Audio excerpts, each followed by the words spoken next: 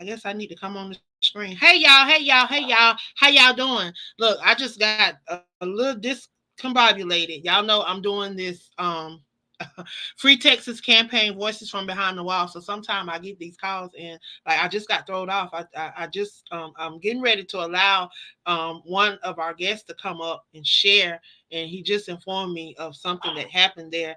And y'all know me, y'all know my story, so that can discombobulate me. So I was over here, y'all, talking. I was actually over here talking behind the scene. I was behind the scene talking. So y'all ain't heard nothing that I just said. So welcome, welcome, welcome. I want to welcome you guys to another episode of the Free Texas campaign, Voices from Behind the Walls. Of course, I am Angela Thomas Smith, the queen of collaborations across these social media sites. If y'all would please share this in your circle of influence, because you never know what the next person may need or may be in need of, or who this may be of service to, because you never know when you may find yourself in a particular position. So please share this in your circle. If you are tuned in, if you have questions, if you have comments, please post them in the comment section so that I can ask my guests.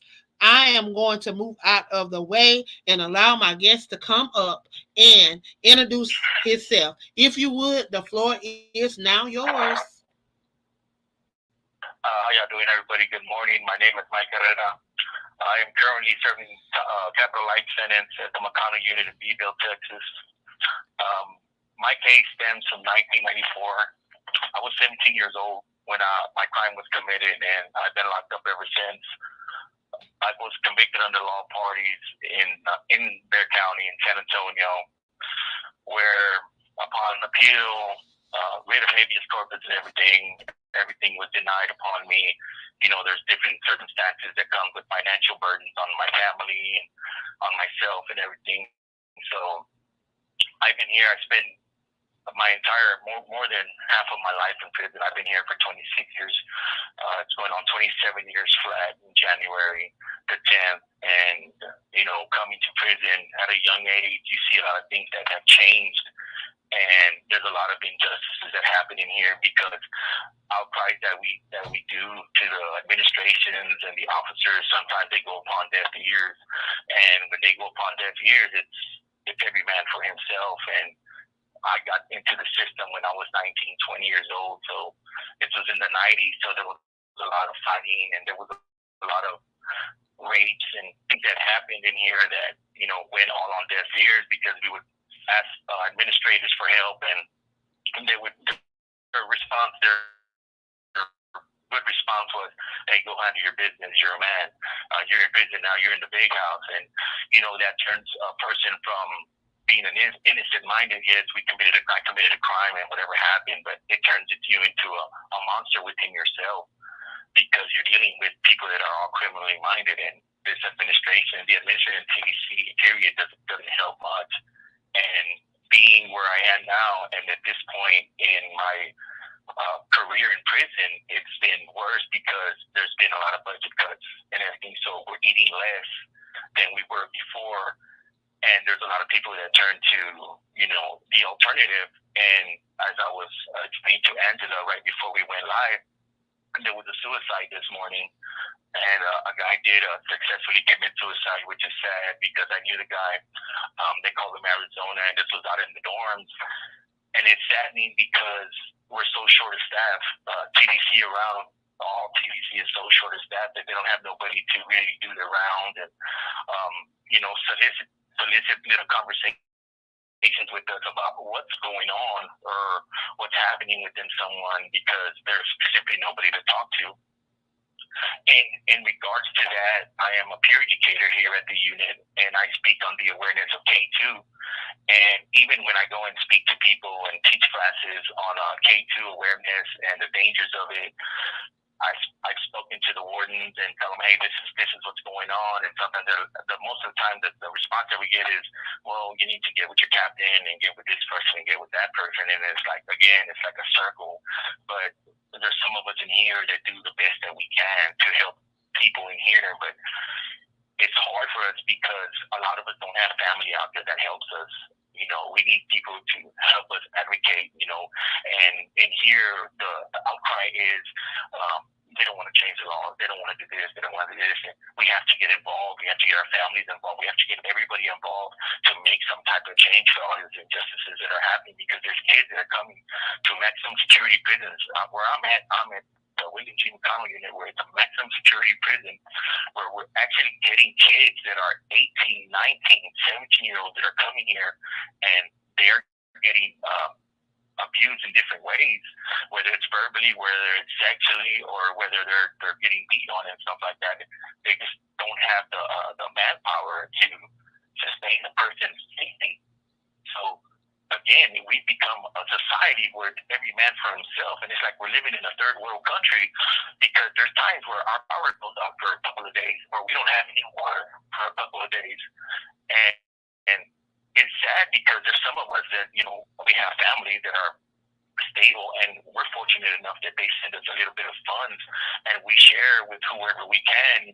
It's like in here, it's every inmate for himself, but yet you have inmates that have compassion for others, and we try and help as many as we can. But without the help of people out there to try and change things for people in here, I understand. And we're in prison, we committed crimes, and a lot of us deserve to be punished for what we do, but we get sent to prison as punishment. We don't get sent to prison for more punishment. And that saddens everybody in here and people out there, because there's simply families that can't help, and they don't have an outcry out there to help anybody, because they're either, a lot of people can speak both languages, English and Spanish. I'm fluent in both. And I'm a translator here for some of the guys that come that are illegals and can't speak any English. So I help as much as I can in that department. But when we have people that can't speak no English, and they're getting railroaded by these officers because they don't care whether they speak English or not, I mean, it's a sad thing. And they don't have no family because they're wherever they may be, in Mexico, Southern America, or wherever. And we're stuck here. We're a society that, in this society in here, you have a lot of would-be like fathers in here, father figures for all these youngsters that don't have any direction. And me being incarcerated mostly all my life, I'm considered one of those figures, and I'm only 46 years old. So, I'm considered an OG, where I don't like that title, because I'm not an original gangster. I ain't nothing like that. I'm just a person that likes to try and help everybody. And I have problems of my own. Like I said, I got incarcerated when I was young. I have 2 daughters out there in the world. One of them's 31 already, and one of them's 29. One of them's addicted to opioids. And it's a sad thing, because all my grandkids are just everywhere else with other people with their families, because my daughter has a problem that I can't help fix, because everything that I've done in here, I've gotten my GED, I've gotten my trade, I've done everything possible to try and make things better for myself, yet everything that I've done is for nothing, because I have a capitalized sentence with all my appeals and my remedies already done. And all I can hope for is that our representatives and our senators in Congress make some type of change to where they recognize 17-year-olds as juveniles as they have in other states in America. So, it's hard being stuck at a dead end, yet I don't let that bring me down, because I have family that I love, and they love me and they care for me, so I stay strong for them. And more than anything, I have to stay strong for a lot of these guys that get locked up, because it's not easy. Being locked up in prison now, it's not easy, because there's a lot of different ethnicities. Everybody comes with different ideals, and to walk in a straight path in prison, it's very, very hard. It's very hard for somebody. A lot of people like to turn to religion and stuff like that, but it's simply much more than that, because again, the short staff, everything that we try and do, it just gets shut down. We get stonewalled every time. We want to go to church, we get stonewalled. This morning, there was people to go to church and do other these functions. We couldn't go because of this unfortunate suicide and stuff like that, but yet they canceled everything. So, we get stonewalled every step of the way. So it's kind of hard. So to draw back a little bit on me and my case, my cases are carjacking. Yet when I was going through an evidentiary hearing through my court, the judge, when the attorneys were bickering about who's going to go to trial with who, because it was a all parties case, the judge, I was already in a loss, because the judge simply told the lawyers, does it matter who shot who? Of course it matters. There's no principal actor in my case, yet here I am for all parties. And the person who actually did the killing is out in the world. And, that's an injustice in itself. And I can hear all this time, do everything and anything that I could. And when my judge, when I got convicted and I tried to fight my case, my judge later became DA of Bear County. So I was in a losing battle from day one. And through all that, seeing what was going on with my kids and my family and everything, it was really heart-wrenching, because now, at the time, I had to turn to the life of TDC, of prison. And that life took me in a turn to where I had to fend for myself. And unfortunately, in the 90s, when he came in, I was in the John B. Connolly unit, and it was gang infested. So, of course, I was part of a security threat group so that I could survive at a very young age, because there really wasn't much more I could do to protect myself. Not that I used them as that, but I had to do that because I was so young and I was prey. I was prey to the predator. Simple as that. It was one of those things where there was a fight or flee, and there was no fleeing because nobody was going to hear you. So it was fighting for your manhood, for your respect, for whatever you may think of in prison. And we see these shows on TV that portray prisons for what they are or what they should be, and prisons are nothing like TV, because things can happen at a drop of a dime. Things aren't planned. A person can die in a heartbeat. These administrators, they can kill you in a heartbeat. There's been officers that have beat on us when they have us in handcuffs. And really, at the end of the day, we're like, hey, man, what are you doing? Someone was trying to say something, we get shut down. They move us, they lock us up, they put us in different places. And there's a lot of things that society does not know that happen behind these walls that they should be aware of. And a lot of times we're misinformed of everything that happens, because as a society feels that if an authority figure tells them something, then that's what it is. And that's not really what it is in real life. In real life, when an authority figure makes a decision, it's because they're either trying to look out for themselves because something went wrong, or they're just trying to oppress somebody. That's it. Here we are in Texas. Here we are. Excuse me? I said that's it. I mean, you dropping a lot of knowledge, and the whole means behind the Free Texas campaign is to do a lot of just what you're saying need to be done. Like, we want to hold these people accountable. We want, why are you blacking out the number on the parole thing? Why are you blacking out the numbers? Why are you being so secretive?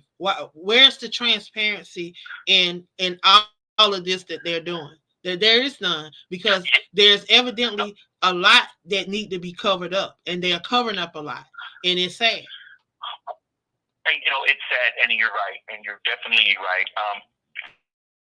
All these years that I have been incarcerated, people may not believe this, but if there was a way for people to actually see the records of the people that are being released on parole, and what I mean the record is their disciplinary record, their time being done here in prison, the person that has the most bad infractions on the disciplinary records, those are the people that they let go home. You know why? But do you know why they do that?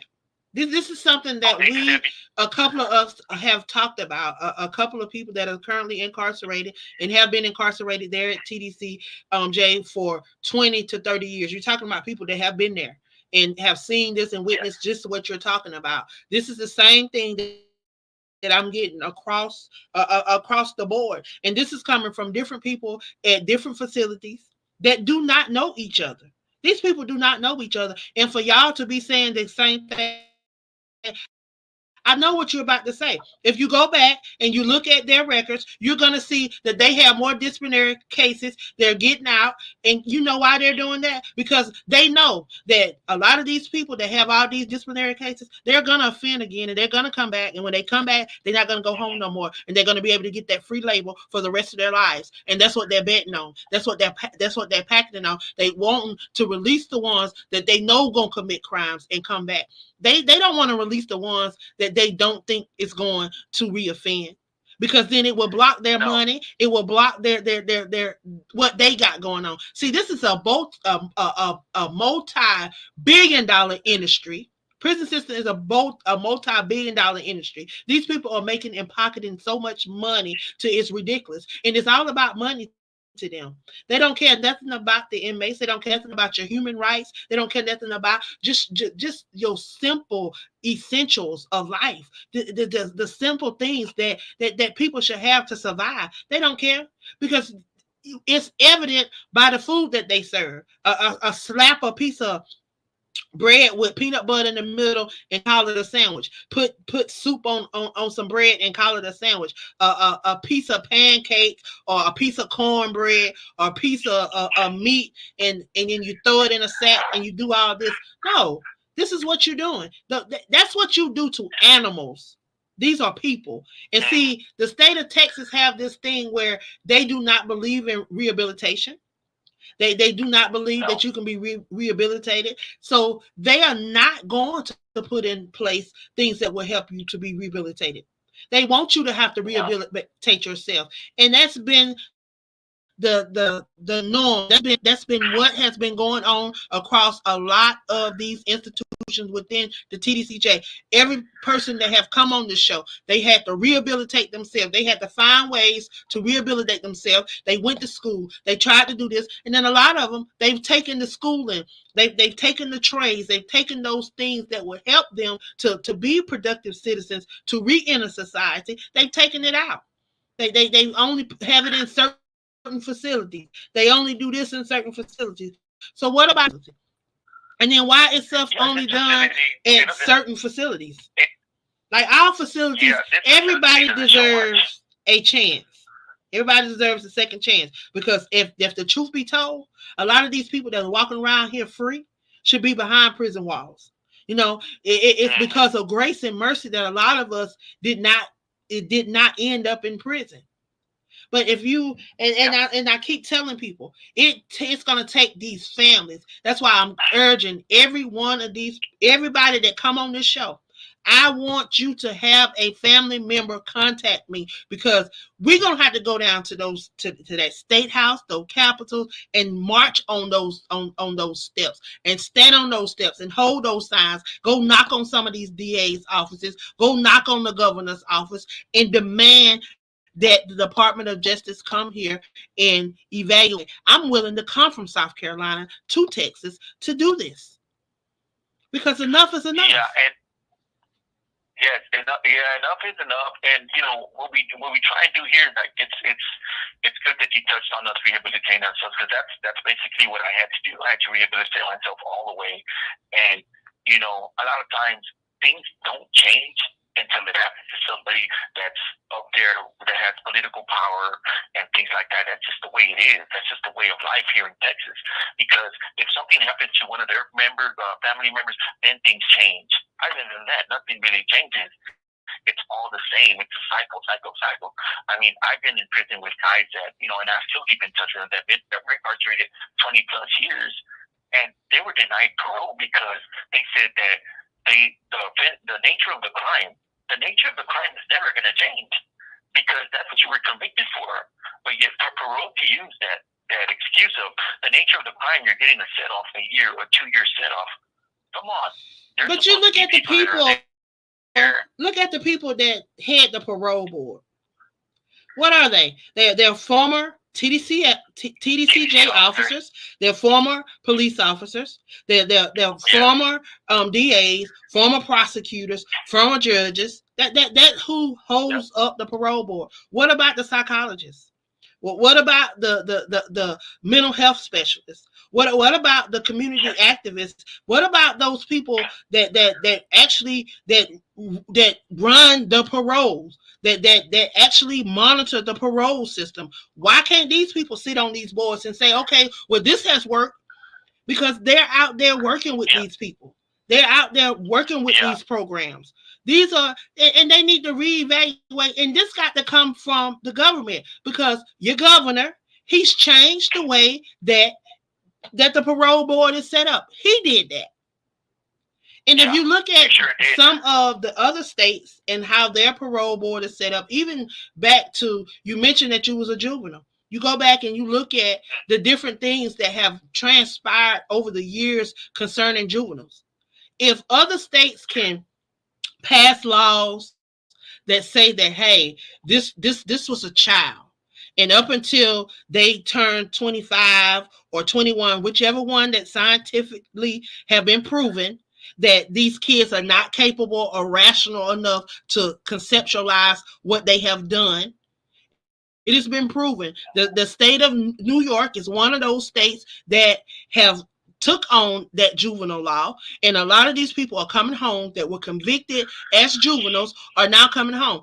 We had an individual on the show that was I'm talking about weeks fresh out of prison, because they got 44 years backed up because of that law. And this is what needs to take place. You got Congress people that are in place that know that this is an issue, and they've put these things on the board. We see them, and then Yeah. they get hung up, they get caught up. Why they get caught up? And then there's always some wording. Okay, well, take the wording out, put the Yeah. right words in, and put it back on the ticket. And then while y'all hiding it, why don't y'all allow the public to vote for some of these things? Just like with the 13th Amendment, it needs to be taken out of the Constitution, because it gives these people a right to have free labor. Yeah. They should be paying these people to Yep. work. Because think about it, they got family on the outside. Y'all always talking about it, the tax money, this tax money, that. Okay, well, you're getting double money, because the taxpayers are supposedly paying for y'all to run y'all operations, and then y'all making money off of these operations that the tax money paying for y'all to run. How is y'all benefiting? Then y'all getting, yeah, man, it's so much. And then you look at the people that's in Yeah. charge of it, and Yeah. you can It's so guarantee much. a lot of these political people have a lot of ties to what going on behind this prison system, and they are benefiting monetarily. They getting some kind of kickbacks, because if these people wouldn't, they would be standing up. Because what if this was your family member? I ask these people all the Yeah. time when I see them out here doing stuff, and they always talking about they for the people. There's a lot of Congress people that are on, that's going to hear this message. They're on the page.